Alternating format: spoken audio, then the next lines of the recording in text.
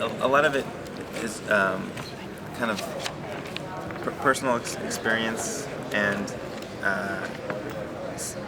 kind of sitting and daydreaming about things that could, I don't know, just a lot of it's just daydreams, I think, and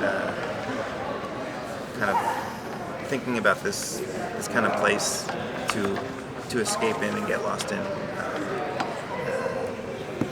It's very fall themed, and so being in Los Angeles for like 8 years without the autumn season was sort of part of it too. Is like just kind of daydreaming about that as well, fantasy version of it.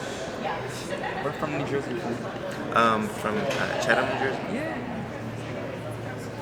How was it like working with Elijah Wood? It was amazing. He's so good. Yeah.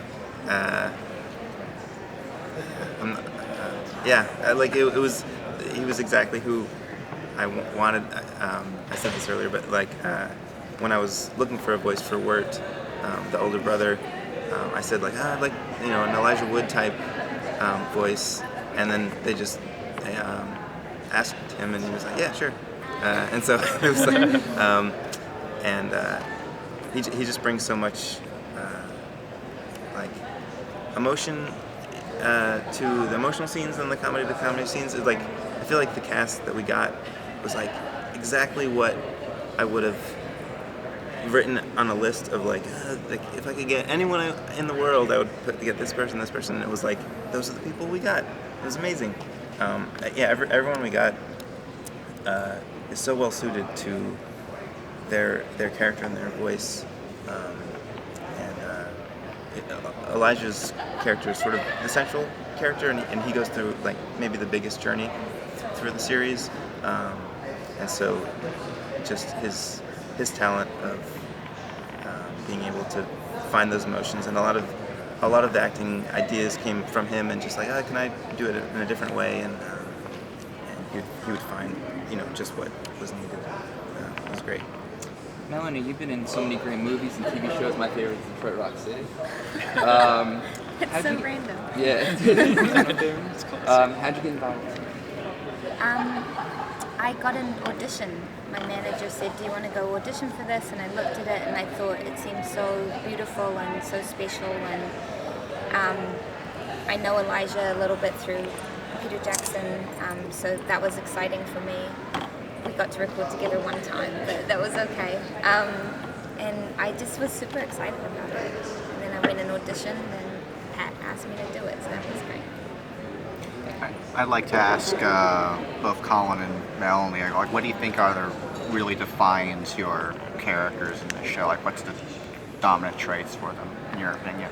Well, Greg is kind of clueless. They could be in crazy danger, and he'll just be like da da da da da, and then Wirt's always like, we're in danger, we gotta get out of here, and Greg will be like, have you been listening to anything I've been saying? I've been saying boo boo boo. He just spaces off, and he'll be like, we'll be like, let's go this way, and he'll be like, okay, we'll go this way. He's kind of if they're in trouble, he's kind of I'm trying to think of the word, like, comic relief. He's kind of a comic relief. The thing that I really love about this show is that it sort of subverts your expectations a lot of the time when you're watching the story, and then there'll be a little twist in it, and you'll be like, oh, that's not what I expected. So the fun thing about Beatrice is that she's very grumpy and impatient, but the lovely thing is that there's something underlying that, and there's, she has her own agenda and her own past. So it's not just, like a grumpy character, but there's a lot of layers to it, which was really fun to play. Your Cartoon Network's first original miniseries. What is the miniseries format giving? Why was that the choice for the show as opposed to a whole series or a movie? Or well, it's sort of a difficult show to make. The amount of musical variety, and like we're using real instruments for all the music, not synths, and then the backgrounds are so complicated, and the the animation quality, we wanted it to be a little bit higher, and it's just it's not something that we can really sustain for a long ongoing series.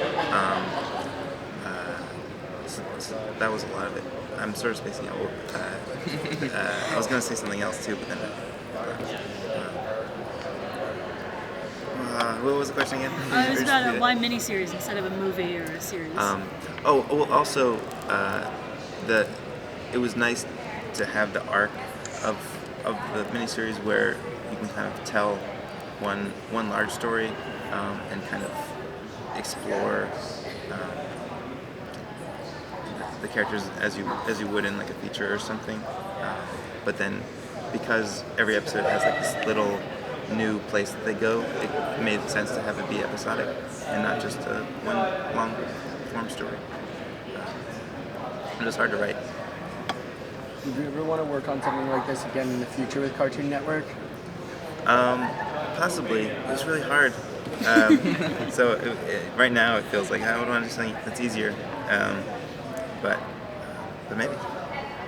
Now, what does the show, to you at least, say about family and especially about brotherhood, since they seem to be the most important?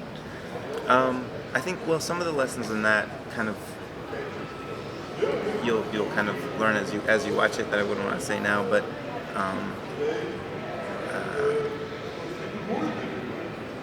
yeah, I don't want to give too much away, but like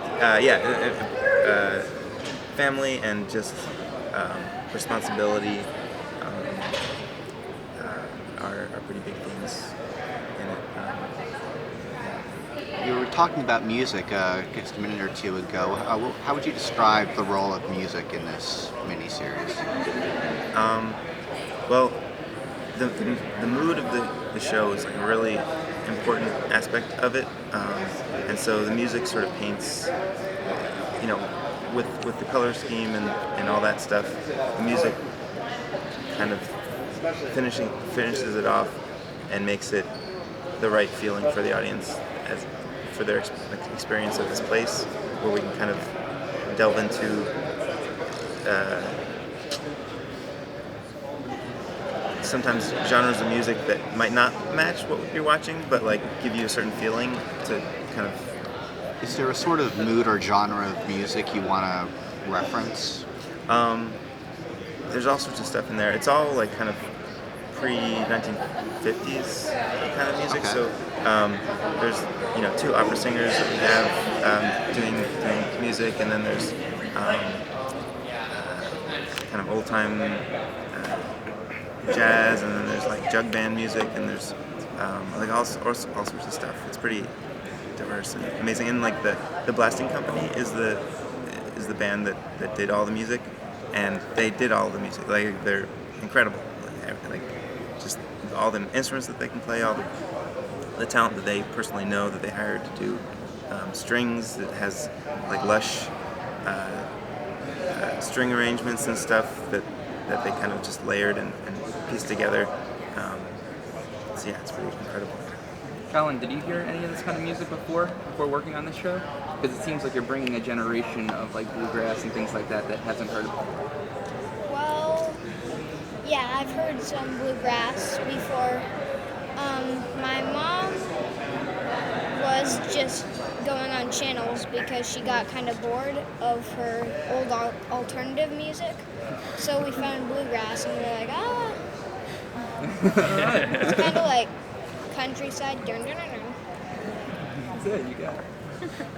So what should we expect to see like during this series? Like any kind of like messages or like this is like an overview of like what's gonna be like going on like. Well, the overarching story is that it's just these brothers trying to get home. They're lost, but there's some twists and turns, some reveals about who these characters are, the two brothers, and about the woodsman, who's like this mysterious guy in the woods who you can't really tell if he's like a good guy or a bad guy sometimes,